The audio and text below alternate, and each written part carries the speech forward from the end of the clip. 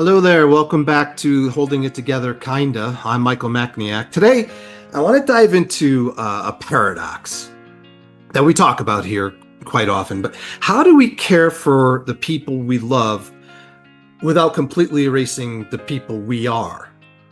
You know, we're told that caregiving is about absolute sacrifice.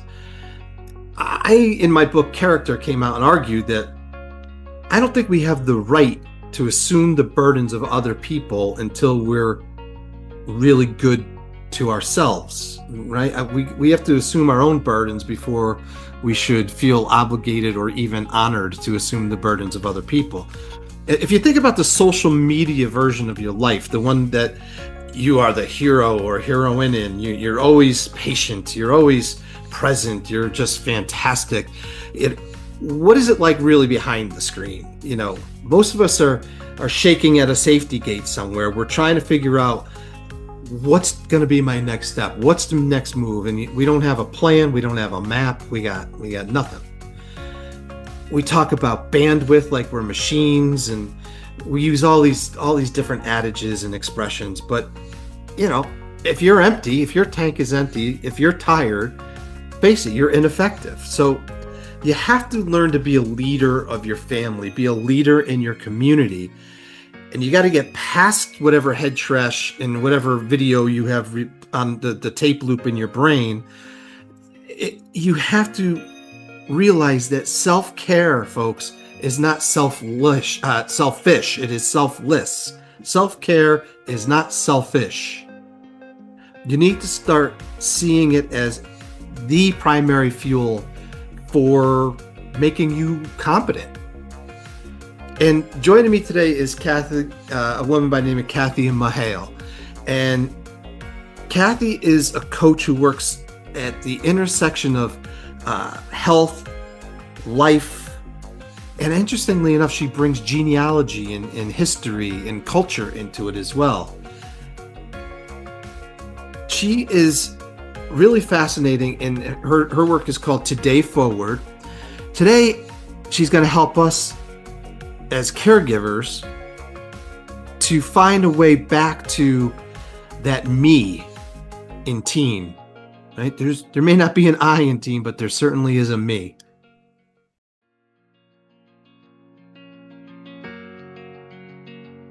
Hello and welcome to the Holding It Together Kinda podcast. I'm your host, Michael Macniak.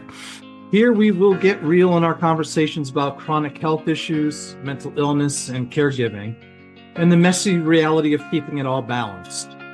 No sugarcoating, no clinical jargon, just real talk about the hospitalizations, the medication battles, and the toll it takes on a home. This is for the parents, siblings, the partners who do the impossible every single day.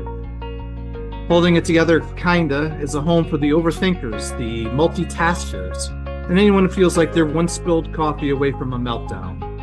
Find us on YouTube at HitKinda, HITKINDA, and subscribe, like, follow, comment, vent, throw rocks, or whatever you need to do, but do it today. Okay, here we are, and I'm here with Kathy Mahal to talk about some really interesting things, I think. But Kathy, first, tell everybody about you, who you are, what you do, how you do it, why you do it, and like what's really got you fired up these days and what you're passionate about right now. Well, thank you for asking. So I'm often describing myself as a legacy builder. I'm the founder of Today Forward Consulting, where I help individuals and businesses move forward with that clarity, that confidence, and the purpose that they've been longing for.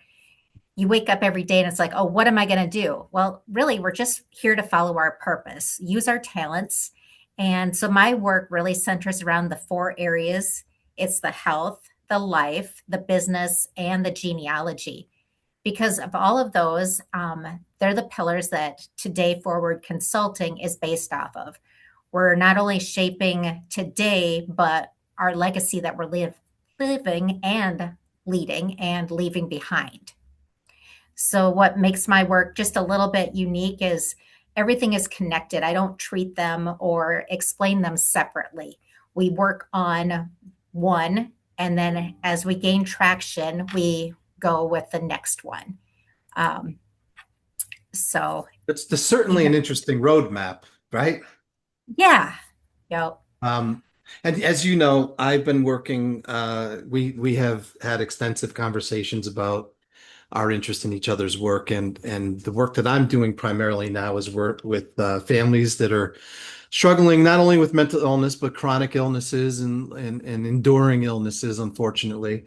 Not to mention obviously the person that has the illness, but certainly I'm really interested in the impact that it has on the family as a unit, but also the specific people who are acting in a caregiving capacity. So I'm really interested on your take on some of this because of your unique approach. Um, Based upon your model, Hmm. how do you think that caregivers can bridge the gap between the composed version, if you will, the version that they're showing the world versus what is really going on in the overwhelm and the reality of their existence that you are very interested in as well? So we all hear about the news, right? Well, I'm going to go back and say, what is the real daily news? That nutrition, that exercise, that water, sunshine, and sleep that we can do for ourselves. And what we show people is how we need to live and thrive, really. Um, that old saying of, put the oxygen mask on yourself first, because if you can't save yourself, you can't save the next person.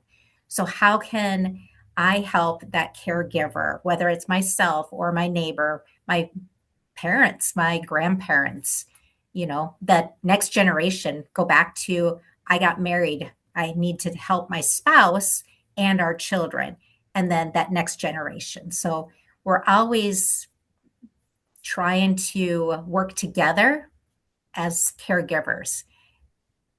Well, certainly, and any work, any help that caregivers can get is usually quite welcome. I just think that a lot of them have difficulty asking for the help, which is an interesting paradox of being human. Um, one of the things that kind of goes to what you just said at the outset there is I really advocate that people, and of course the airplane analogy and using your oxygen mask first, but I really advocate that people leave open some white space in their calendar on purpose and interject fun and things like that to it. What do you say to the people who give you pushback and in your coaching and your consulting and your therapy when they're giving you pushback and saying, I don't have time for that. I don't have time for fun or for leisure or relaxation. Yeah. Um, so I too leave white space in my calendar, but I also incorporate more color. Um, how can I make my food more fun? Look at that plate. Is it boring? There's reasons that we were giving different colors of foods. And so cook with yourself and challenge that next plate and be more childlike. Make the bunny ears with slices of oranges. Make a bunny nose with a part of a strawberry.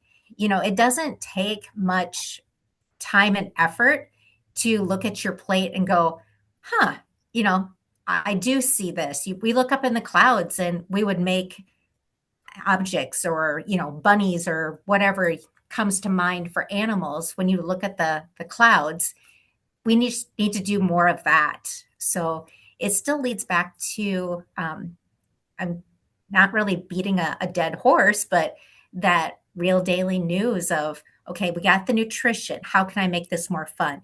How can I get outside and do more fun things with the exercise? I'm not saying you need to go dig in the dirt every time that you get out there, but look at the dirt, appreciate that dirt, give gratitude for what we do have. My backdrop here is a tree and it's got full of vibrance. Right above it, it's a metal stick branch. So we have to choose Do we want to be the stick branch, never have any fun, never try, never be childlike? Or do we want to be more like that colorful tree and thriving and go outside? And if you're able to have South Dakota wind where I'm at, you get to sway with that wind. But, you know, just try and do more stuff. Yeah. And my good friend Walt Hampton is he writes about time mastery and stuff. And one of the things he says, he calls it the F word. So I like to just refer to as the F word that, we're gonna save it till last. I'll tell you what it is, but it's really something. But so when you have you brought up the food concept, and I'm going to make this cute little bunny, and then I'm going to just bite its ears off, is what I'm thinking in my head. But what I want to go into your take on nutrition because I find it to be interesting. Obviously, there's so many every day it seems there's somebody telling you a different way to eat. You want to eat 5 small meals a day. No, you don't. You want to eat lots of meals, but don't have carbs in them, or whatever the case may be. It seems like there's constantly a change in what we're told is good and what is not good. But like, what are some good habits that if you're busy, if you're running around, if you think you're too overwhelmed with life to even take care of that basic necessity, food, what would be like the one big tip or two or three big tips that you would say nutrition wise are the best things that you could do to feed your brain and feed the energy in the temple that is your body? Well, I'll give you the short version. How about that? Um, Okay. a campfire. Everybody knows what a flame can do, right? Sure. And we need to constantly feed that flame. Otherwise, it extinguishes, goes out, and makes a big poof, and it's gone, right? Yes. So, what kind of nutrition do you have access to? What kind of nutrition could you feed yourself that could just give you a little bit extra energy, that burning flame? The reason I say that is if we constantly feed that flame of the campfire, it constantly burns and it gives off energy and we stay warm and comfy, right? So we need to think of that as what we do throughout the day. So I don't say that you have to have 5 meals a day, three of this, two of that, or when to. I just went over an 8:30 a.m. to an 8:30 p.m. 12-hour routine with one of my clients earlier today. And they are looking for more energy, better sleep. And I say, this is what we can do. This is what you need to get accomplished in your day. But I'm not going to say when you have to do it. Your body is going to say, oh my goodness, I'm like lost. I'm searching for something. Most likely it is thirsty or hungry. And so if you keep stoking your metabolism by eating consistently throughout the day, you're going to have that more energy and you're not going to be near as cranky, short tempered. Your mind's not going to wander. And the reason it's wandering is because it's trying to be in that survival mode. So if we can just come back and say, okay, did I get the nutrition? Did I get up and move? My knees hurt. Well, motion is lotion. So we need to get up, grab that burn or the wood to stoke the fire to keep that burning going, right? The water, when you decide that you have enough, you can extinguish it with the water or fill yourself back up and prevent the forest fire from getting out of control, with your Right. mind. That sunshine, it's either the light or, you're just taking in things and being gracious, throw, Right. Being thankful. yeah, be thankful. And then the Yeah. sleep, that will naturally come because you're just so calm. You realize that you fulfilled your purpose for that day. What was the one thing you were trying to get accomplished for that day? And then you can sleep much better. So, Yeah. Well, as and to, more and more science comes out about sure. sleep. In fact, I'm tomorrow, I think I'm meeting with Emerson. You met Emerson from Knox. Knox Technologies, the sleep, the AI sleep study stuff. It's Yeah. fascinating. We'll get back to our conversation in just a minute, but I want to take a second to talk about something that many of us in this community deal with every single day, and that's the mental load of caregiving. If you're like me, your brain is probably filled with appointment dates, medication schedules, and a never-ending list of questions for doctors. It's exhausting trying to keep it all in your head while also trying to show up emotionally for the person you love. That's exactly why the team at the Care Coalition created the Care Navigator Journal. This is not just another notebook. It's a tool specifically designed to help you to stay organized and, more importantly, to help you feel a little more in control when things start feeling really chaotic. It gives you a dedicated space to track medical updates, manage daily tasks, and even process your own thoughts. Imagine such a thing. Your well-being matters just as much as the person that you're caring for. If you're feeling overwhelmed and looking for a way to stay organized, I highly recommend picking one up. You can find it right now at www.carecoalition.org/holding it together. Again, that's carecoalition.org/holding it together. It's a small way to start holding it all together, one page at a time. All right, let's get back to the show. We're feeding the fire, as you say. You're going to fuel the fire, and the fuel is the energy. So, but I do like the idea. Like I just experienced being hangry a little earlier today, so I just went and got myself a sandwich. Um, but you also get into the lethargy and the afternoon crashes and things like that, and those are all normal. But I do like what you say about kind of feed that fire when the fire needs to be fed. I think Mhm. too many of us are stuck in I have to have breakfast at this time, lunch is at noon, dinner is at 5 or 6 or whatever. And then that's I don't know how we ever got onto those routines other than maybe going all the way back to the harvests and things like this from our ancestors. But I do want to get into the history of things with you too. But I Yeah. really believe strongly in this term yet, the word yet, Y-E-T.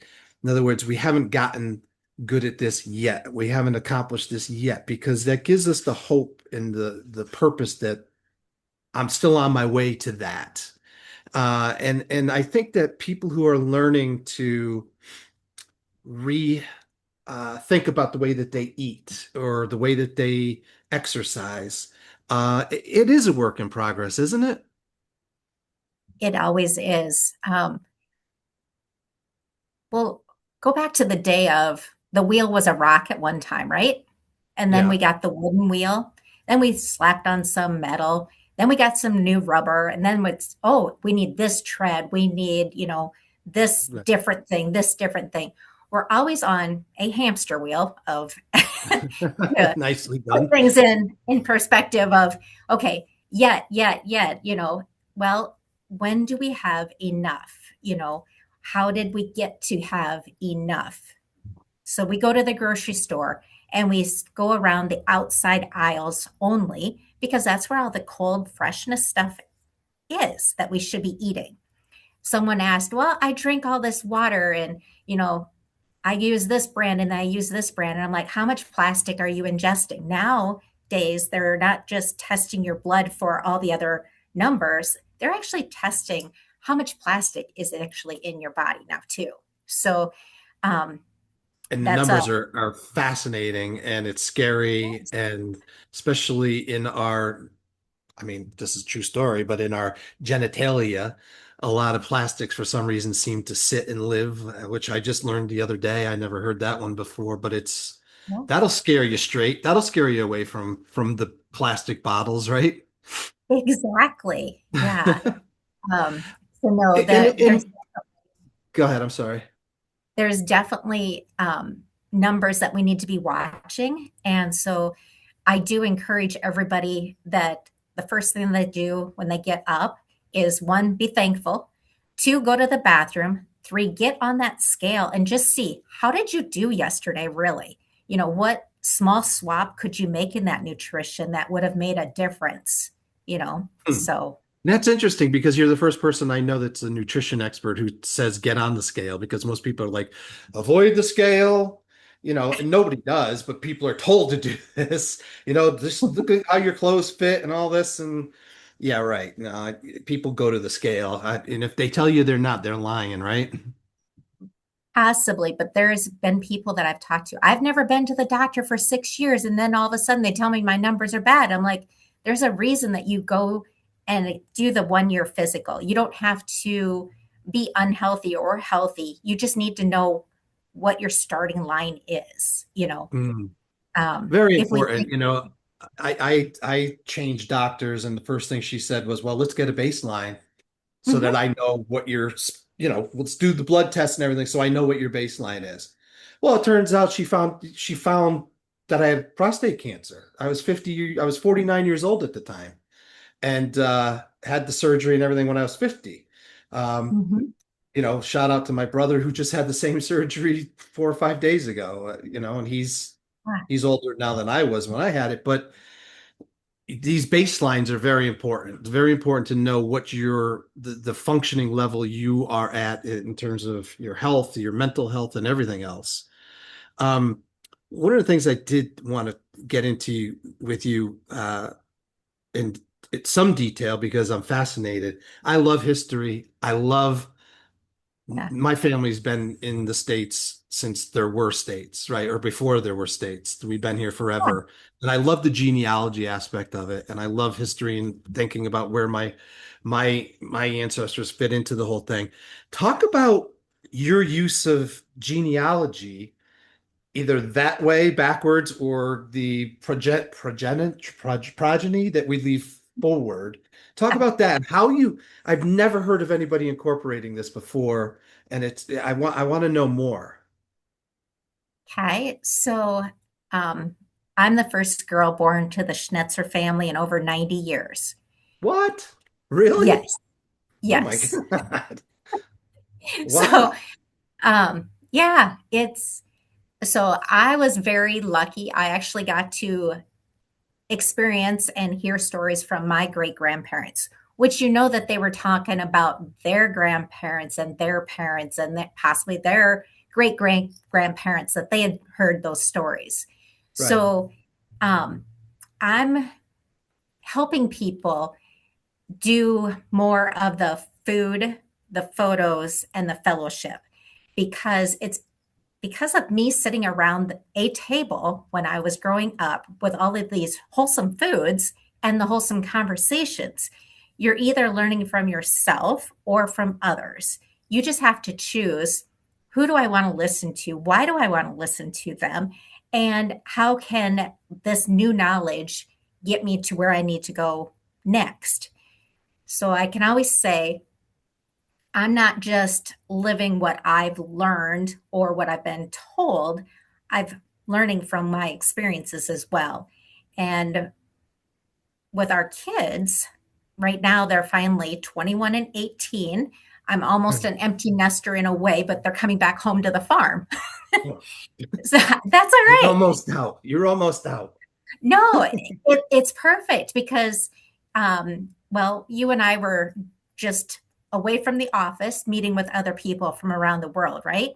Right. Well, we left our kids home at 21 and 18 to take care of the cattle, take care of the farm ground, take care of the equipment, take care of your grandparents and whoever else needs help in the neighborhood while we're gone.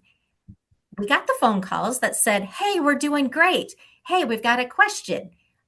We're letting our kids learn now versus all of a sudden there was a death in the family, there was a big accident, and now they have to learn it the hard way. Um, my Mm. backstory is I was a crop adjuster and I would make the phone calls and say, "I heard you had a hailstorm." And they're like, "Yes, my crop was damaged, but I'm actually going through this life experience. My spouse is in the hospital, my parents are on their deathbed." And I would say, "Oh, well, thank you for letting me know. Wish them the best." And then I would make a note and go, "Okay, I just learned something. How can I help our kids not go through that same thing?" So we're Mm. always paying it forward. So you're either the teacher or the student. Well, you And always have to be both, right? I mean, You if you do. stop being both, if you Yeah, stop being both, I think you're sunk, you know? exactly. So, and But your body when, is telling you what it needs, so you need to just find the answers. but one thing you were alluding to at the outset there was that, we have our heritage, we have the stories that are passed down. Hmm. Um, and our ancestors tell us, our grandparents tell us about their parents and things, and that's fascinating stuff. And I mean, people who are listening that are younger may poo-poo it right now, but trust me, someday you're going to really, really think it was cool that you had those stories told to you. But at what point does that ancestry, that heritage, and that culture, or whatever it may be, become so oppressive to us that it becomes head trash, and um, we have to forge our own way? How do you help people forge their own way while still appreciating that past and what they are and where they came from? I um I'm kind of a storyteller, and I will give you what my experience was when I was going for a computer degree. I was a medication aide, and I would see what I did not want to have happen in my life: the Alzheimer's, the diabetes, all those other mental health concerns. And I'm always looking for how can I be more preventative or prepare myself or the next person for that part in their life. We go up in an airplane to jump out of it to skydive. They give you a parachute, right? and You hope. you just hope it works. Yeah, But right. you have to have faith in what you were giving, and be accepting and ask for the help. You know, it's Right. some things that I say may or may not trigger people. I can tell you that it's triggering me to not be open, but then it triggers me more that I need to be more open and ask for more help, if that makes sense. No, and that's the important theme that comes up very often in this podcast and in the discussions that we have is how, for some reason, we don't ask for help when we know full well that people are sitting there, and subconsciously, we all know that people want to help us. And Right. we, just like we want to help other people. I mean, I would never turn Mhm. down somebody who needed my help. Well, what makes me think that people will turn me down? It's almost, who the hell am I to think that? So yeah, asking for the help. Or how about on the other side, be the person that offers the specific help that whatever you have in you that you can give is worth offering as well. Yeah. One of the things that I did want to ask about relative to genealogy and our Mhm. learned traits and our learned person is, um, do you find with any of your clients, patients, or consulting work, do you find that some of the people are um, afraid to, because of where they come from or who they're told that they are, they're afraid to dream big, they're afraid to have fun, they're too worried about getting through the day and caregiving and all their responsibilities, so they're just too afraid to even get into it? They are. That's where I try to have them pick out at least 10 photos that mean the most to them, that bring back that joy, that they remember who they really wanted to be, who they are, and just ask them what experience comes up with, this one photo, and why is that? And And um, nostalgia is a very powerful emotion, right? it really is, because what happened to me and my family in the past, I've been using that to help other people going through the same thing. A lot of people um, don't understand why death happens, and to who, or a certain illness happens to them and not somebody else. But then in 5, 10 years, they go, oh, I needed to go through that experience to be able to make it through the next one. So my backstory, my parents had a stillborn daughter, and it was my kindergarten graduation. My mom said, "Hey, I was supposed to be at your music concert holding my brand new little baby," and she couldn't. Yeah. So Yeah. it's just those stories that come out. There's no pictures, but you have a photogenic memory. So Yeah. the food, the photos, and the fellowship, if you're not talking about it, you're actually doing yourself and others a disservice, Sure. because a lot of that continuing conversation just needs to happen. Wow. So So your family went 90 years without a girl, and then they mhm. almost had two back to back. There's actually another sister in between Oh, the two of really? us. Yes. Wow. Yep. What the So, heck? That's yep. unbelievable. And that way, Um, yeah, what are some of the things that, if the folks that are listening right now are saying, okay, Kathy, given what you've been teaching us here today and the way that you approach um, your consulting and mhm, your therapy, what if somebody's laying awake at night, if you got the stress, and again, I'm thinking about my caregiver tribe out there, yeah, or folks that are struggling to provide care for their clients who are struggling, and they're laying awake at night. What do you think is one thing that they should ask themselves, or one affirmation that they should give themselves to help them rest easy and be okay with what they did that day, that you were getting at earlier on? yeah. Um, so what is one thing that you did for yourself that shed a light on somebody else? What is something that you did that got you further down the road? Um, it's just looking at yourself as, I can only take care of one person so I can take care of more people. You're not being selfish. You're actually being selfless, Yeah. because if you don't take care of yourself, you can't help that next person. No. And So I whether think that you're, goes to my next question was going to be yeah, just to sort of cap on that, and then I'd love to know what you think. I mean, that cold hard fact is the value that these folks need to put on themselves. Is that correct? yeah, it's definitely looking back and saying, how can I empower myself so that I can be better for the next person, for myself tomorrow? So you have to protect your body, your mind, and your soul, so that bad things don't come in and overwhelm you. You have to think of things of not really happening to you, but they're happening for you, because my logo itself is a mountain, a heartbeat, and a butterfly. So where am I at in my mountain and my journey? Where are you at in your mountain and journey?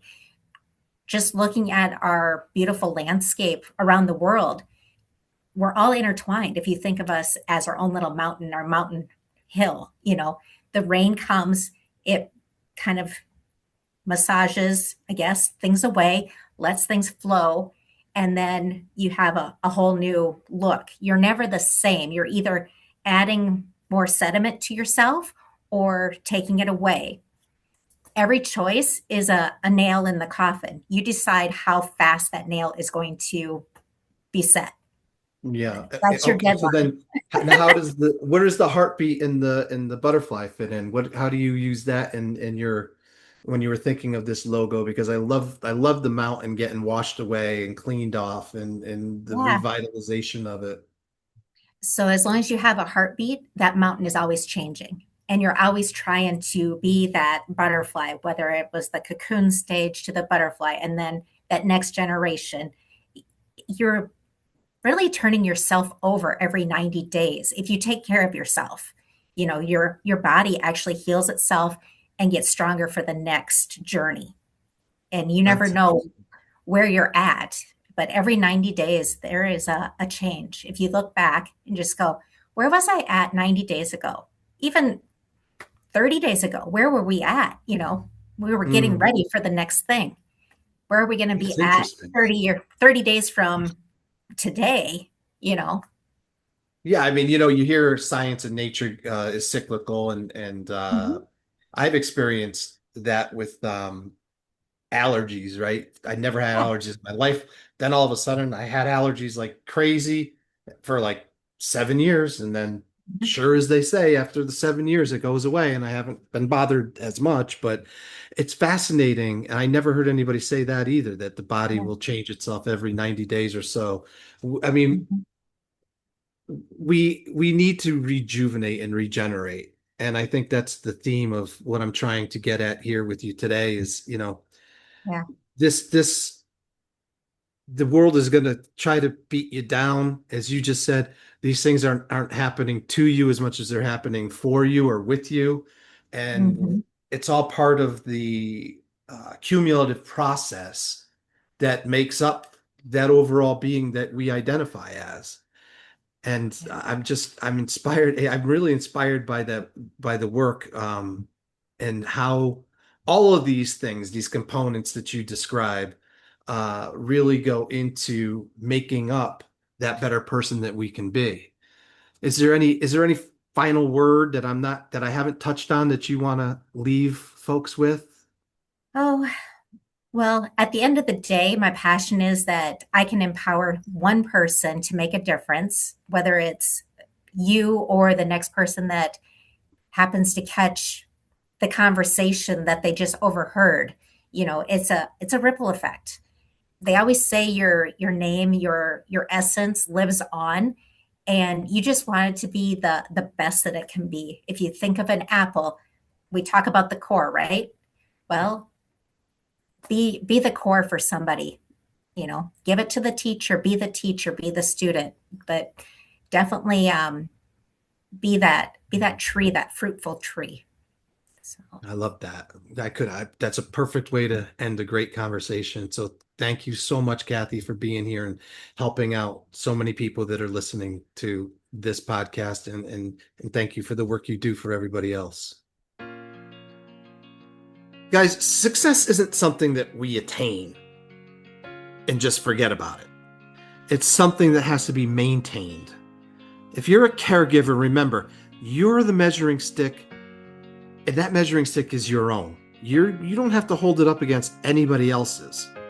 You don't need to be carrying the burden of expectations on top of the expectations of yourself and the burden that you already have taken on for yourself. Huge thanks to Kathy Mahal for helping us find a few more pieces of what makes us us, what makes our character, right? So before you get back into the chaos of your life, just look into the mirror, and as Kathy said, think about your get to do list. What do you get to do as opposed to what do you have to do? Think about what you're grateful for. Is this being as kind to the person you're looking back at, or is that looking back at you, rating up there on the top of your priority level? Are you being that kind person to the person in your reflection? Because character isn't about grand gestures. It's the quiet minutes when you decide that your health, your history, your peace of mind, your body cleanse is all stuff that really matters. You're doing better than you think you are. I promise you that.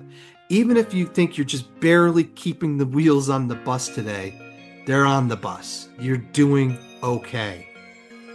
Keep those wheels on the bus. Keep holding it together, even if it's just kinda. I'll see you the next time.